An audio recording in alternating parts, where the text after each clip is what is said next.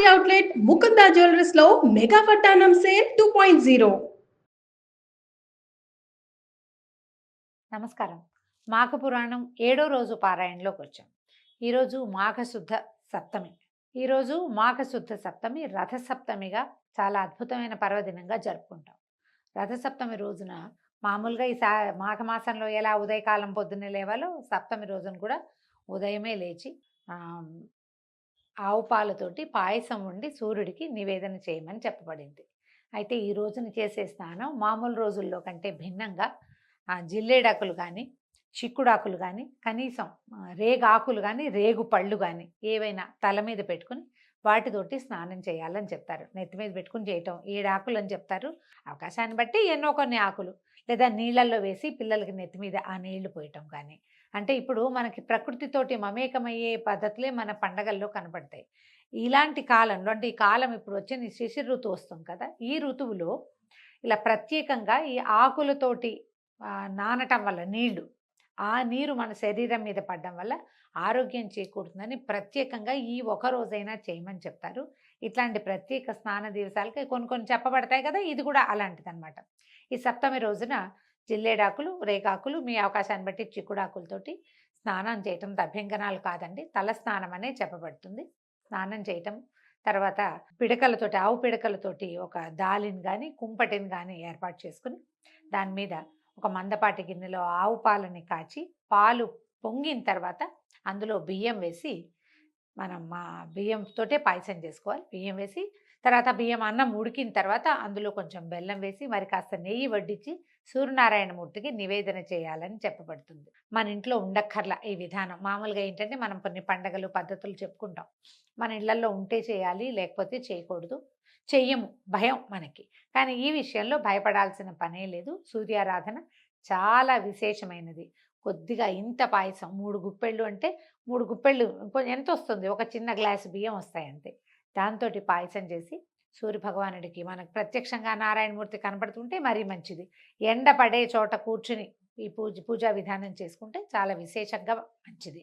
లేదా మనకు అవకాశం లేదు, మన బాల్కనీస్లోకి ఎండ రాదు, ఇంట్లో అయినా సరే భగవత్ సాన్నిధ్యంలో మనం ఎక్కడ పూజ పెట్టుకుంటామో, ఎక్కడ దిగుడు ఉందో మనకి, అక్కడ కొద్దిగా చిన్న ముగ్గేసి ఈ పాయసాన్ని పెట్టుకుని అందులో స్వామికి నివేదన చేసుకోవడం. సూర్యారాధన అంటే సూర్యమండలాష్టకాలు ఉన్నాయి, చాలా మంచి మంచి స్తోత్రాలు. తర్వాత సవితృమండలాష్టకం ఉంది, లేకపోతే మన ఆదిత్య హృదయం లాంటివి చదువుకోవచ్చు. సూర్య శతకాలు అవి కూడా ఉన్నాయి, అవన్నీ చదవగలము లేము. సులువుగా మనకు దొరికేవి ఇవి. సూర్యమండలాష్టకం దొరుకుతుంది. తర్వాత ఏమో ఆదిత్య హృదయం ఇంచుమించు ఇవాళ రేపు అందరికీ వచ్చింది. మొన్న కరోనా వచ్చిన తర్వాత చాలామంది ఆదిత్య హృదయం శ్రద్ధగా నేర్చుకున్నారు. ఆరోగ్యం భాస్కరాది చేత్ అన్నారు. ఆరోగ్యం ఎప్పుడు సూర్యుడి నుంచే వస్తుంది మనకి.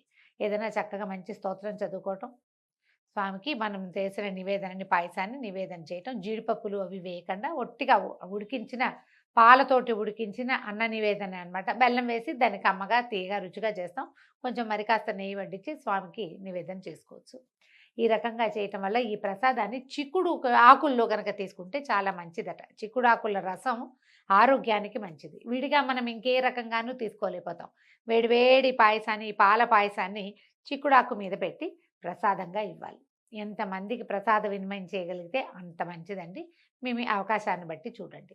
అయితే ఈ పూట మనం అధ్యాయంలోకి వస్తే ఏం చెప్తున్నారు, మనం ముందు కథలో విన్నాం. దిలీప మహారాజుకి వశిష్ఠ మహర్షి ఈ కథని తెలియజేస్తున్నాడు. మృగశృంగుడు అనే అతను, ఈ మృగశృంగుడు ఎవరు, కౌత్సుడనే బ్రాహ్మణ కుమారుడు. అతనికి వివాహం నిశ్చయింపబడింది సుశీల అనే అమ్మాయితోటి.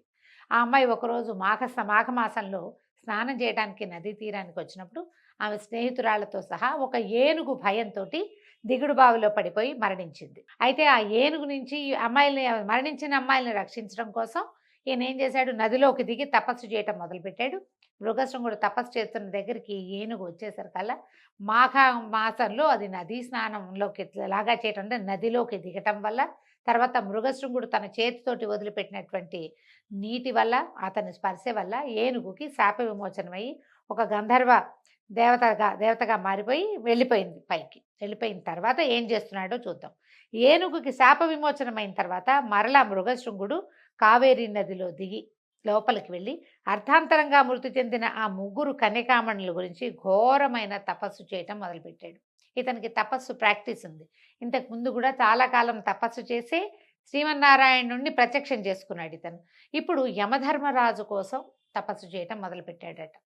అనేక సంవత్సరాలు మాఘమాసంలో మాఘ స్నానాలు చేయటం వల్ల ఇతనికి త్వరగా తను ఏ దేవతను ఉద్దేశించి తపస్సు చేస్తున్నాడో వారిని ప్రత్యక్షం చేసుకోగలిగేటువంటి సిద్ధి లభించింది. దానికి తార్కాణం ఏమిటి? ఇంతకు ముందు అధ్యాయాల్లో మనం చెప్పుకున్నాం, విష్ణుమూర్తి చాలా తొందరగానే ఇతనికి దర్శనం ఇచ్చాడు. సాధారణంగా చెప్తారండి, విష్ణువు సులభ సాధ్యుడు కాదు, అంత తొందరగా రాడు. శివుడు సులభ సాధ్యుడు, శివుడిని తొందరగా ప్రత్యక్షం చేసుకోవచ్చు, విష్ణువుని ప్రత్యక్షం చేసుకోవటం కష్టం. కానీ మాఘ స్నానాలు చేసిన వాళ్ళకి, మాఘమాసంలో ఇలా ఆదిత్య మాసంలో తప్పకుండా నదీ స్నానం చేసిన వాడికి ఆ అవకాశం లభిస్తుంది. వాడి పుణ్యబలం ఎక్కువగా ఉంటుంది. దాంతో వాడు కొద్దిపాటి తపస్సుతోటే విష్ణుమూర్తిని సాధించగలిగాడు. ఇప్పుడు అదే అలవాటుతోటి ఈయన యమధర్మరాజును గురించి తపస్సు చేయటం మొదలుపెట్టాడు. ఎలాగైనా ఆ ముగ్గురు కన్యల్ని బతికించాలనే పట్టుదలతోటి మహాతీవ్రమైన తపస్సు చేశాడట. తదేక దీక్షతోనూ నిశ్చల మనస్సుతోనూ ఘోర తపస్సు చేస్తున్న మృగశృంగునికి యముడు ప్రత్యక్షమై, వత్స, నీ తపస్సుకు కఠోర దీక్షకు కడు సంతోషించాను. నీ ధ్యానము అమోఘమైనది. ఈ ముగ్గురు స్త్రీలను కాపాడాలనే నీ పరోపకార పరాయణతకు ముగ్ధుడినయ్యాను. మృగశృంగ, ఒక యమధర్మరాజు గురించి ఇంతటి ఘోర తపస్సు ఎవ్వరూ చేసి ఉండలేదు. సాధారణంగా మనం తపస్సులు అనగానే బ్రహ్మ విష్ణు మహేశ్వరుల కోసమే చూస్తాం. విష్ణువు గురించి తపస్సు తక్కువేనండి. వాళ్ళు చాలా ప్రత్యేకమైన వాళ్ళు, చాలా తక్కువ. కానీ మనకి కథల్లో ఎప్పుడు పురాణాల్లో ఏం చెప్పబడుతుంది? రాక్షసులందరూ లేదా బ్రహ్మదేవుని పట్టుకుంటారు లేదా పరమేశ్వరుని పట్టుకుంటారు. అవి కూడా విచిత్ర గాథలుగానే పరిణమించి కనపడుతుంటాయి మనకి. విష్ణు భక్తితో తపస్సు చేసిన వాళ్ళు మనకు బాగా ప్రత్యేకంగా మనకు కనపడేది ధ్రువుడు. ఓం నమో భగవతే వాసుదేవాయ మంత్రంతో భగవంతుడిని సాక్షాత్కారం చేసుకున్నాడు. చిన్న వయసులోనే చేశాడు కాబట్టి అతని భక్తికి, అతని తాలూకు తదేక దీక్షకి భగవంతుడు మెచ్చి ప్రత్యక్షమయ్యాడు. ప్రహ్లాదుడు కనిపిస్తాడు, గజేంద్రుడు కనిపిస్తాడు. గజేంద్రుడు కూడా విష్ణుమూర్తిని రావయ్యా అని పిలవల, ఎవరో ఒకళ్ళు వచ్చి నన్ను రక్షించండి నాయన, ఎవడి వల్ల ఈ ప్రపంచం నడుస్తుందో వాడిని రమ్మని అడిగాడు. పద్యాలు మహా బాగుంటాయండి గజేంద్ర మోక్షంలోవి. ఎవరి వల్ల ప్రపంచం నడుస్తోందో వాడెవడో నాకు తెలీదు, నువ్వు ఎక్కడుంటావో నాకు తెలియదు. ఈ లోకాలు, ఈ లోకేశులు వీళ్ళంతా అయిపోయిన తర్వాత చిట్ట చివరి లోకంలో ఎవరుంటారో, ఎవడు నా కథ నడుపుతున్నాడో అతడు వచ్చి నన్ను రక్షించాలి అంటే అతన్ని నేనే అని నారాయణుడు ప్రత్యక్షమయ్యాడు. ఈ తపస్సు చేసే జనాలంతా మామూలుగా ఏం చేస్తారు? ఈయన వదిలిపెడితే బ్రహ్మదేవుడు, శివుడు, అక్కడక్కడ కథల్లో వింటాం. వరుణుడు గురించి తపస్సు చేశారు. తర్వాత ఏమో మన చిత్రగుప్తుడి గురించి తపస్సు చేశాడు. రేర్గా ఒక్కొక్కళ్ళు చెప్పున. యమధర్మరాజుని గురించి తపస్సు చేసిన వాళ్ళు అసలు లేనే లేరు ఎక్కడాను. యమధర్మరాజు మీద పంతంతో ప్రవర్తించిన కథలు రెండు వింటాం మనం. ఒకటి సతీ సావిత్రి, ఆవిడ యమధర్మరాజు వెనకాల పడి సత్యవంతుడే, తన భర్త అయిన సత్యవంతుడిని వెనక్కి తెచ్చుకుంది. ఇది ఒక తార్కాణం. రెండోది నచికేతుడు, ఆ పిల్లవాడిని యముడికి దానం ఇచ్చానని తండ్రి చెప్పేసరికల్లా అతను పోయి యమధర్మరాజు దగ్గరే ఏమిటి కాలం, దాని గురించి మృత్యువు రహస్యం ఏమిటి, జన్మరాహిత్యం గురించి ప్రశ్నించి తెలుసుకున్నాడు. ఇంకెవ్వరూ ఈయన కోసం ప్రార్థించినట్టుగా మనకు కనపడదు.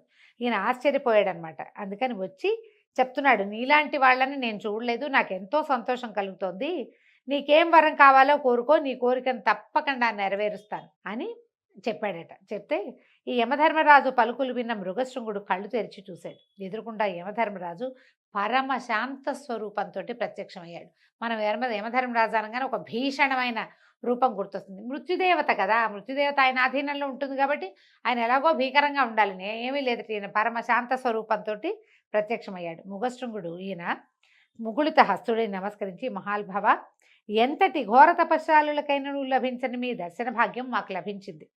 నేను ఎంతో అదృష్టవంతుణ్ణి. ఇదంతా నా పూర్వజన్మ సుకృతం తప్ప వేరే కాదు. మహామహులకు సైతము లభ్యం కాని మీ దర్శన భాగ్యం సామాన్యుడినైనా నాకు లభించడంతో నేను మిక్కిలి సంతుష్టాంతరంగుడినైతిని. ఇది చూడండి, యమధర్మరాజుని నేకడైతో చూసేవాళ్ళు ఎవరు ఉండరు. మరణానంతరమే ప్రతి వాళ్ళని చూస్తాం. మనం కూడా చూస్తామేమోనండి, చూద్దాం, చెప్పలేం కదా. అక్కడికి వెళ్ళాకే మనకి స్వర్గమో నరకమో నిర్ణయిస్తాడు ఆయన. మనం అక్కడికే వెళ్ళాలి. ఒకవేళ మనం పుణ్యం చేసుకున్నా ఓసారి ఆయన మొహం చూసాకే వెళ్తాం కాబోలు. కథల్లో అట్లాగే కనపడుతుంది. మరి మామూలు మానవులు ఎవరికి అవకాశం లేని నీ దర్శన భాగ్యం నాకు లభించింది. స్వామి, నాదొక కోరిక, అకాల మృత్యువు కలిగిన ఆ ముగ్గురు స్త్రీలని బతికించమని వేడుకుంటున్నాను. అందులో కొంచెం స్వార్థం కూడా ఉంది. ఆ ముగ్గురిలో ఒక స్త్రీ నా కాబోయే భార్య అయినటువంటి సుశీల. కాబట్టి వీళ్ళని రక్షించు. ధర్మయుక్తంగా మీరు ముగ్గురు కన్యల్ని బతికించి నన్ను సంతృప్తిపరచండి. నా తపస్సుకి ఫలితం నాకేం కావాలంటే వాళ్ళ ముగ్గురు బతకడం కావాలి. ఏమంటారంటే పరోపకార పరాయణత్వంతోటి. ఒక అమ్మాయి ఇతని కాబోయే భార్య. ఆ అమ్మాయిని ఓదాన్ని బతికించండి అని అడగకుండా ముగ్గురి కోసము అడిగాడు. పైగా తను చేసిన భీషణమైన తపస్సుని వాళ్ళ ప్రాణాల కోసం వదిలిపెట్టుకోవడానికి సిద్ధపడ్డాడు. మృగశృంగుని వచనాలు విని అతని ధర్మ సూక్ష్మతకు మిక్కిలి సంతసించి దయార్ద్ర హృదయుడైనటువంటి యముడు, విప్రోత్తమ, నీ భక్తికి పరోపకారానికి మెచ్చితిని, నీకు శుభం కలుగాక అని దీవించి ఆ ముగ్గురు కన్యకల్ని బతికించాడు. యముడు తలుచుకుంటే ప్రాణాలకి ఏం కొదవండి. ఆయన వాళ్ళ జీవాలని పైనుంచి పిలిపించి ముగ్గురులోంచి బయటకు వచ్చిన ముగ్గురి జీవాలని వాళ్ళ శరీరాల్లోకి ప్రవేశపెట్టాడు. అయితే ఇప్పుడు మనకి కథ మీద మనకు రకరకాల డౌట్లు వస్తాయండి. పురాణాల మీద పెద్దగా ప్రశ్నించకూడదు, పురాణాల ప్రశ్న వేయకూడదు మనం. వీళ్ళు మరణించారు, వాళ్ళకి ఉత్తరక్రియలు జరిగినాయా లేదా, జరగచ్చు, ఏం ఉత్తరక్రియలు చేయొద్దు నేను చెప్తానన్నాడు. మామూలుగా మానవుల శరీరాలు ఎంతవరకు నిలబెంటాయండి? మనలాగా ఐస్ బాక్సులు అవి ఉండే రోజులు కావు కదా. ఈయనేమో భీషణమైన తపస్సు చేశాడంటారు. ఎంత భీషణమైంది, ఎంత టైం స్పాన్లో చేశాడు ఆ ప్రశ్నకైతే సమాధానం లేదండి. కానీ పురాణంలో ఇలాగే చెప్పబడింది. పురాణ వచనాలని ప్రశ్నించకూడదు, అలాగా అనాలి. అందులో ఉన్న మనకు అర్థమైన విషయాన్నే తీసుకోవాలి. కానీ మన లాజిక్కి అందని దాన్ని లాజిక్ తోటి క్వశ్చన్ చేద్దామని మాత్రం భావించకండి. ఎలాగో మొత్తానికి జరిగింది. వీళ్ళ ముగ్గురికి ప్రాణాలని ఇచ్చేశాడు వెనక్కి. మరణించిన ముగ్గురు కన్యలు మరల జీవించారు. దానికి మృగశృంగుడు సంతృప్తి చెంది, యమధర్మరాజా, నా అభీష్టాన్ని నెరవేర్చి నన్ను ఆనందింపజేశారు. మిమ్మల్ని పూజించిన వారికి, స్తోత్రము చేసిన వారికి అకాల మరణము సంభవించక సమస్త శుభములు కలుగునట్లుగా అనుగ్రహించండి స్వామి అని మృగశృంగుడు ప్రార్థించాడు. యమధర్మరాజు కూడా మిగుల ఆనందించి అట్లేనని అభయమిచ్చి అదృశ్యుడయ్యాడు. ఈ ప్రకారంగా 7వ రోజు పారాయణ పూర్తయిందండి. రేపు ఉదయం మళ్ళీ 8వ రోజు పారాయణలో కలుసుకుందాం. నమస్కారం.